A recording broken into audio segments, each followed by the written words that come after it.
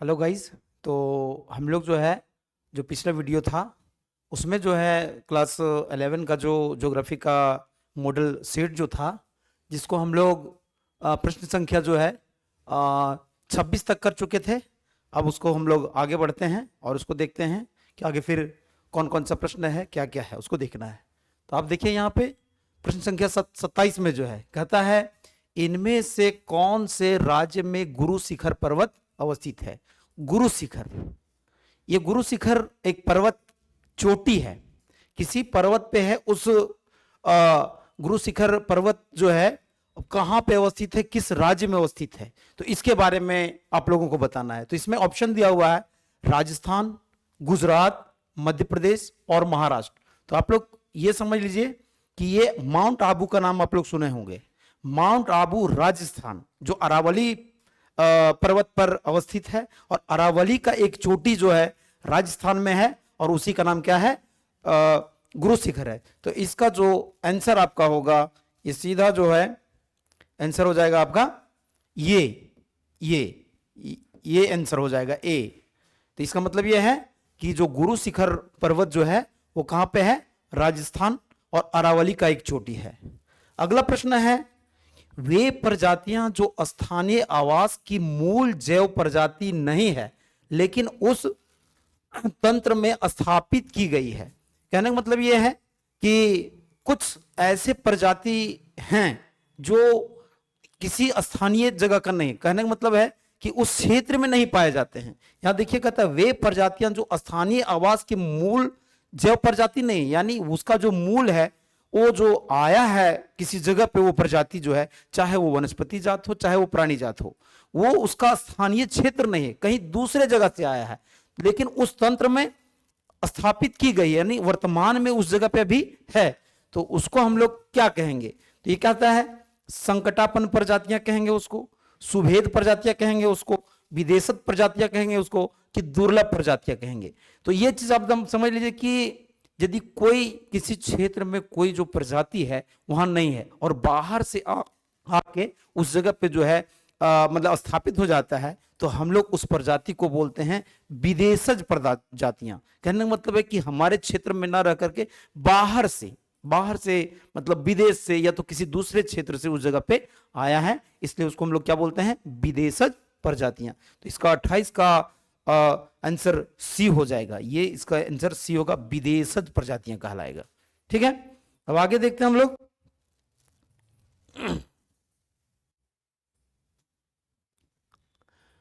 कहता है question number 29, ये देखिए कहता है जैविक अपक्षय में सम्मिलित है।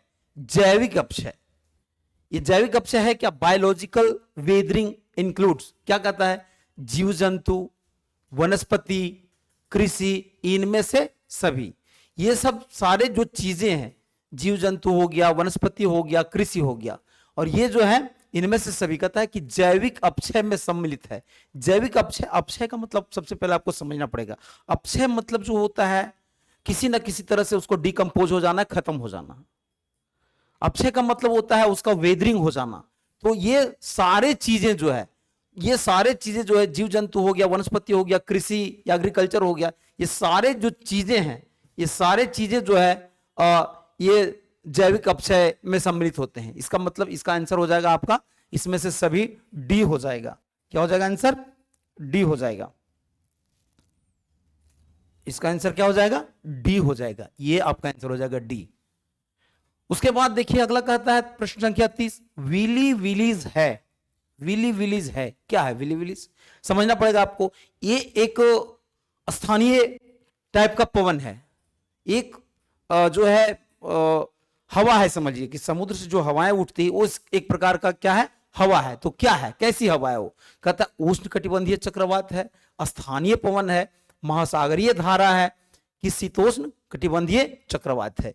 ये जो है विली विली जो है उष्ण कटिबंधीय चक्रवात है। और ये जो विली विली जो है आपका, ये जो चक्रवात है आपका ऑस्ट्रेलिया के पश्चिमी भागों में, ध्यान रखना है कि विली विली जो है ऑस्ट्रेलिया का एक उष्ण कटिबंधीय चक्रवात है और ऑस्ट्रेलिया के पश्चिमी भाग में ये चलता है। तो सो गाइस इसका जो विली विलीज क्या होगा, इसका आंसर हो जाएगा आपका उष्णकटिबंधीय चक्रवात, ये हो जाएगा। अब देखिए प्रश्न संख्या 31 कहता है इनमें से कौन सा युग्म मुख्य कहता है इनमें से कौन सा मुख्य प्लेट है। अब आप लोग को यह पता होना चाहिए कि प्लेट क्या है। जो पृथ्वी का जो धरातल है, आप जान रहे हैं कि पृथ्वी के धरातल के नीचे जो है मैग्मा है, और मैग्मा के ऊपर जो है पृथ्वी का ऊपरी क्रस्ट जो है क्या है, तैर रहा है।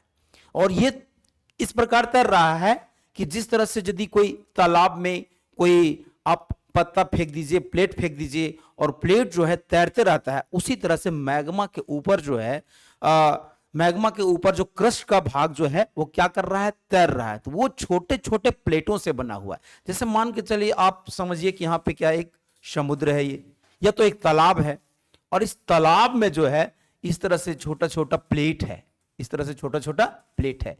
तो समझ लीजिए तालाब आपका हो गया मैग्मा, और जो ये छोटा छोटा प्लेट हो गया, समझिए कि उसका जो है ऊपरी भूभाग, जिसको हम लोग क्या बोलते हैं, क्रस्ट बोलते हैं, तो वो जो है मेंटल के ऊपर जो है ये सब तैरते रहता है। तो समझिए कि क्या कहता है कि निम्न से कौन सा मुख्य प्लेट है।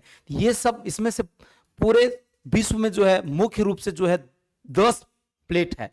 जैसे जो है मान के चलिए यूरोपियन प्लेट हो गया, इंडो ऑस्ट्रेलियन प्लेट हो गया, एशियन यूरेशियन प्लेट हो गया, अफ्रीकन प्लेट हो गया, यानी जितने भी बड़े बड़े महाद्वीप हैं वो सारे एक एक प्लेट है। उसी तरह से आपका जो है समुद्र के नीचे, समुद्र का जो तल है वो भी समझिए एक प्लेट से बना हुआ है। उसमें जैसे प्रशांत महासागर में है, वो प्रशांत महासागरीय प्लेट है। तो ये बताता है कि निम्न में से कौन सा मुख्य प्लेट है। नजका देखिए, ये नजका छोटा प्लेट है। उसके बाद अरेबियन प्लेट, अरेबियन प्लेट भी छोटा प्लेट है। देखिए अफ्रीकन प्लेट, अफ्रीका जो है एक महादेश भी आप देखते हैं कि साउथ अफ्रीका एक देश है उसका, लेकिन अफ्रीका जो है एक बड़ा महादेश है। तो मुख्य प्लेट में क्या आ जाएगा आपका, कहता है निम्न में से कौन सा मुख्य प्लेट है। तो इसका आंसर आपका हो जाएगा ऑप्शन सी हो जाएगा, अफ्रीकन प्लेट हो जाएगा। सो गाइस देखिए आगे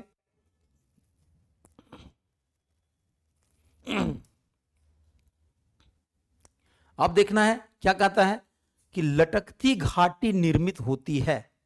लटकती घाटी आखिर है क्या, और ये कैसे निर्मित होती है।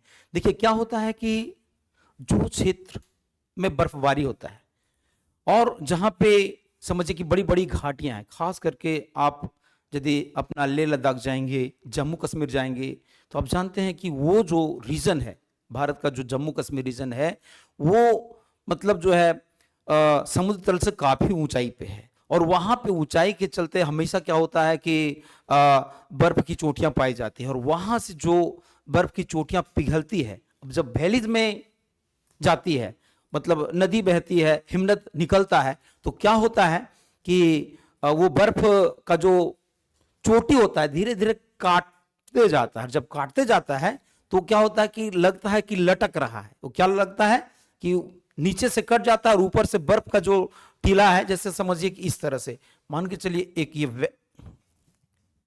ध्यान देना है। ये ध्यान देना है आपको कि मान के चलिए इस तरह से वैली है आपका, ये वैली है। अब क्या होता है कि इधर से नदियां बहती है, इस तरह से नदियां बह रही, और इधर से जो है बर्फ का अंबार लगा हुआ है, इधर से बर्फ का अंबार लगा हुआ है। जैसे ये कटते जाएगा तो ये धीरे धीरे इस तरह का आकृति बन जाएगा, इस तरह से, और इधर धीरे धीरे जो है क्या हो जाएगा, ये कट जाएगा। जब कट जाएगा तो ये लटकती हुई, क्या कहता है, लटकती हुई घाटी निर्मित होती है। तो ये सीधा इसका उत्तर क्या होगा कि लटकती घाटी निर्मित होती है, यानी हैंगिंग वैलीज आर फॉर्म्ड इन।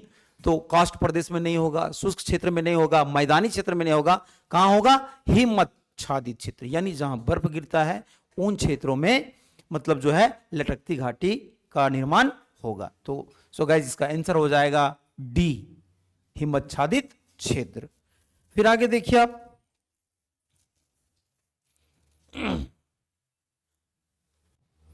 हाँ इसको देखिए क्या कहता है कि दिए गए मानचित्र में कौन सी झील दिखाया गया है। क्या लिखा गया है कि दिए गए मानचित्र में कौन सा झील दिखाया गया है। तो सबसे पहले आपको यह देखना है कि ये जो मानचित्र है भारत का मानचित्र है। अब भारत का एक मानचित्र जो है गाइस, आप देखिए इस जगह पे आप देख पा रहे हैं, इस जगह पे जो ये दिखाया गया है, इस जगह पे आप देखिए, ये जो जगह है, ये जगह में एक झील है। ये झील आपको पता होना चाहिए। ये रीजन जो है उड़ीसा दिख रहा है। कौन सा रीजन दिख रहा है? उड़ीसा। और उड़ीसा में जो है हमारे देश का सबसे बड़े खारे पानी का झील जो है, कौन सा झील है? तो चिल्का झील। क्या नाम है इसका? चिल्का झील नाम है। क्या नाम है? चिल्का झील।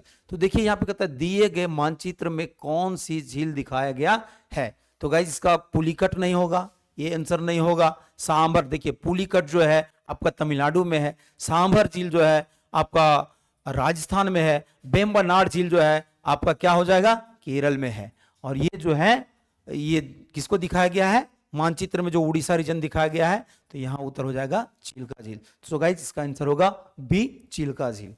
आगे चलिए,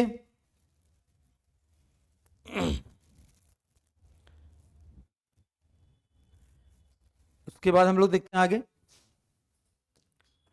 34, जो प्रश्न संख्या 34 है। कहता है दिए गए मानचित्र में कौन सी नदी दर्शाई गई है। अब देखिए यहां पे एक नदी दर्शाई गई है, आपको देखना है कि भाई यहां पे कौन सी नदी है, कौन सी नदी है। ये जो नदी दिखाया गया है, ये जो रिवर दिखाई गई, ये कौन सी रिवर है? तो आपको जानना पड़ेगा कि भारत में कई बड़ी बड़ी नदियां हैं और बड़ी नदियों को आपको जानना जरूरी है।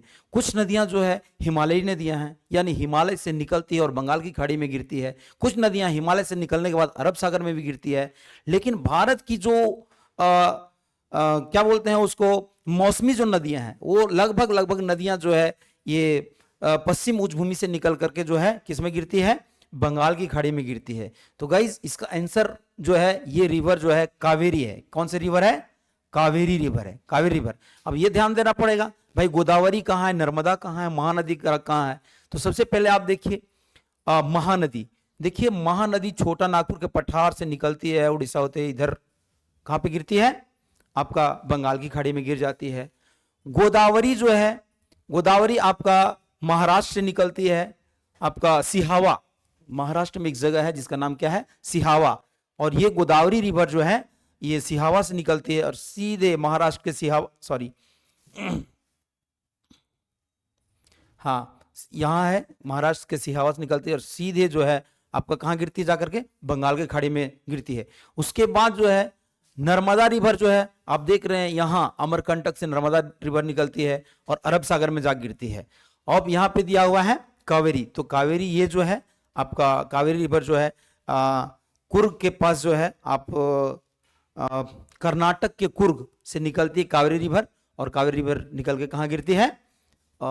बंगाल की खाड़ी में गिरती है। सो गाइज इसका आंसर हो जाएगा कावेरी। ये जो रिवर दिखाया गया है ये कावेरी रिवर है। फिर अगला आप देखिए, कहता छायांकित भाग द्वारा किस मृदा प्रकार को दर्शाया जाता है। कहता छायांकित भाग द्वारा किस मृदा प्रकार को दर्शाया जाता, नहीं यह क्वेश्चन गाइज थोड़ा मिस्टेक है, मिसप्रिंट है। यहां पे होगा छायांकित भाग द्वारा किस मृदा प्रकार को दिखाया गया है। तो ये क्षेत्र जो है आप देख रहे हैं,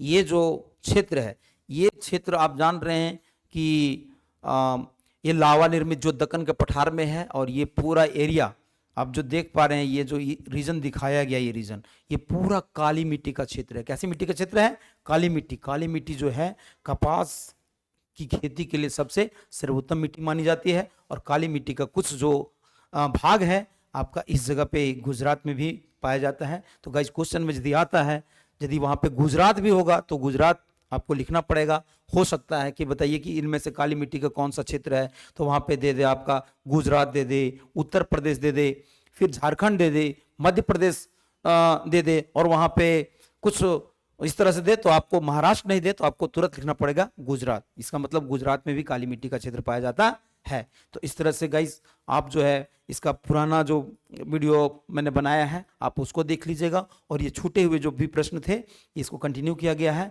आप इसको देखिए। आपको ज़रूर अगला जो आने वाला एग्ज़ाम है, जो 28 तारीख का जो एग्ज़ाम आपको होने वाला है सेकेंड पाली में, आपको बहुत बेनिफिट मिलेगा। आप उसको एक बार देखिए और आप अपने दोस्तों को भी इसका फ़ायदा ज़रूर पहुँचाइए। धन्यवाद। खत्म कर दीजिए।